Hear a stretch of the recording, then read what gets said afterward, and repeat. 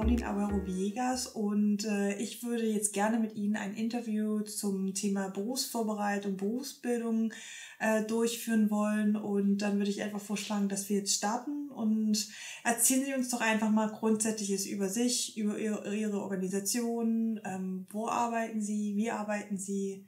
Mein Name ist Jan Haupensack, ich bin Creative Director, würden wir sagen, in unserer Firma Transparent. Wir sind eine Agentur, die sich damit beschäftigt, wie unsere Auftraggeber am besten mit ihren Kunden kommunizieren können. Das erfolgt mit Hilfe verschiedener Dienstleistungen im Bereich Strategieberatung, Marketing, Werbung, digitale Transformation oder eben auch Printmedien, digitale Medien und so weiter. Das klingt nach einem sehr vielfältigen Arbeitsfeld und nach einem großen Tätigkeitsfeld vor allen Dingen. Und arbeiten Sie auch regelmäßig mit Berufsanbietern zusammen? Falls ja, wie sieht diese Zusammenarbeit aus? Ja, wir arbeiten in dem Feld schon seit 20 Jahren. Das heißt, wir haben sehr viele Phasen auch der beruflichen Entwicklung miterlebt und haben auch selbst ausgebildet. Das heißt, wir sind Ausbildungsbetrieb in Zusammenarbeit mit einer Berufsausbildungsakademie und eine Mitarbeiterin von uns, sie hat also alle Phasen durchlebt, vom Praktikum über die Ausbildung bis hin jetzt zur Anstellung. Und so haben wir da einen recht engen Kontakt zu dieser Ausbildungseinrichtung. Okay, danke schön. Und können Sie uns Ihrer Meinung nach auch Hauptvorteile nennen, die sich zwischen einer Zusammenarbeit eines Berufsbildungsbetriebes und eines Unternehmens etablieren kann, um, sage ich mal, arbeitsplatzbezogene Lernmöglichkeiten für Arbeitnehmer in der Zukunft zu schaffen? Was ist da Ihre Meinung?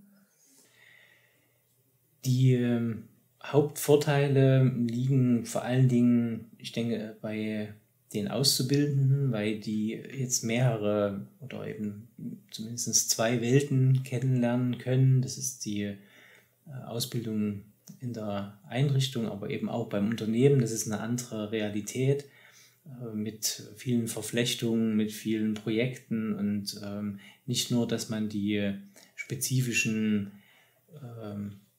Skills erwerben kann oder trainieren kann, sondern man kann sich auch als Teil eines Ganzen verstehen. Also es kann ein Projekt sein, wo man zwar eine Teilarbeit macht, aber man bekommt eben doch eher mit, wie das Ganze zusammenhängt, wo es hinführen soll, welche Ziele damit verbunden sind. Natürlich in einem anderen sozialen Team als jetzt in einer vielleicht Schulklasse oder Ausbildungsklasse. Das sind auch andere Anforderungen, unterschiedliche Altersstrukturen, unterschiedliche Arbeitsteilungen, und so ist also diese Erfahrung vielfältiger als nur in einer Ausbildungseinrichtung.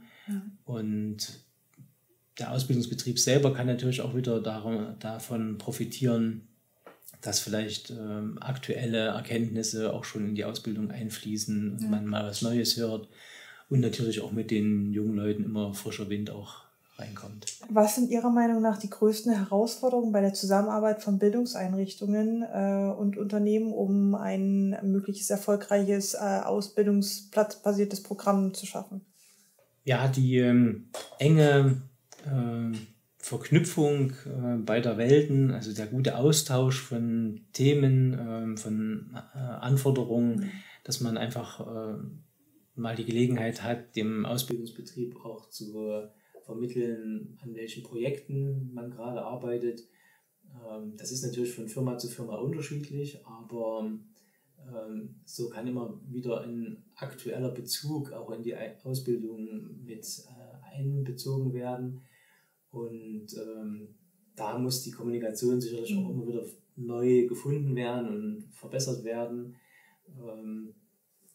Es gibt solche Abstimmungsrunden, wo dann jemand herkommt und fragt, wie war es denn, was ist gemacht worden, es werden auch Berichte geschrieben vom Auszubildenden. Aber da könnte man sozusagen noch in der Gestaltungszeit vor der Ausbildung noch enger zusammenarbeiten.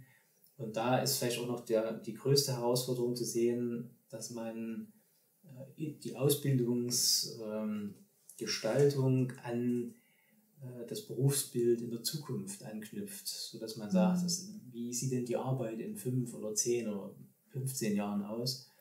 Und man sieht, wie schnell es Transformationsprozesse geben kann, wie jetzt mit der KI, die in aller Munde ist. Gibt es denn den Beruf überhaupt noch? Oder wenn man jetzt andere Berufe nimmt, wird in 10 oder 15 Jahren noch ein Busfahrer notwendig sein oder fährt der Bus alleine? Ja. Und so gibt es also da sicherlich auch so disruptive Elemente, die man schon mal mit vordenken kann und dass das also auch von anderen Ländern gemacht wird oder von bestimmten Einrichtungen. Das sieht man an einem Beispiel einer kanadischen Universität, die Berufsbilder entwickelt haben, wo dann so Namen rauskommen wie Nostalgologe, was eben eigentlich eine Zimmereiausbildung ist oder ein Zimmerer, der dann Einrichtungen in einem ganz bestimmten Stil der 60er oder 70er oder sowas einrichtet. Oder ein urbaner Bauer, das kann man sich schon eher vorstellen. Roboterberater hatten sie auch, oder Abfalldesigner oder Biofilminstallateur. Also man arbeitet eben nicht nur mit irgendwelchen Techniken, Rohren und muss jetzt irgendwas zusammenbauen, sondern man hätte vielleicht auch früh anfangen oder man sollte sich schon früh auf biochemische Prozesse einstellen, weil eben mit Biofilm gearbeitet wird, ja, mit biologischen Methoden innerhalb des Installationswesens. Und so ist es auch bei uns im Unternehmen. Welche Arbeiten werden vielleicht später mal von der KI übernommen? Was muss man eigentlich wissen? Wohin muss die Ausbildung gehen? Ist das wirklich ein Vermitteln von Fähigkeiten oder muss man eben Sinnfragen auch mit verknüpfen? Wie können Ihrer Erfahrung nach Berufsausbildungsanbieter und Unternehmen noch besser, noch intensiver zusammenarbeiten, um dadurch wirklich qualifizierte Ausbildungsprogramme für nachfolgende, künftige Azubis zu generieren, zu schaffen? Was können Sie uns dazu mit auf den Weg geben und erzählen? Ja, ich würde mir wünschen, dass man frühzeitig noch vor der Konzipierung von Ausbildungsprogrammen miteinander redet und nicht nur darauf reagiert, wie die eine Seite sich das denkt und die andere vielleicht agiert. Und dann eben sowohl diese aktuellen Anforderungen aus der Wirtschaft mit einbezieht, als auch solche Zukunftsüberlegungen, über die wir gerade gesprochen haben. Super, dann bedanke ich mich von ganzem Herzen bei Ihnen für dieses tolle Interview und schön, dass Sie sich Zeit genommen haben. Und dann wünsche ich Ihnen natürlich auch weiterhin viel Erfolg auf Ihrem beruflichen Werdegang. Und ich hoffe, wir sehen uns bald wieder und dann haben Sie auf jeden Fall noch einen schönen Tag. Vielen Dank, sehr gern.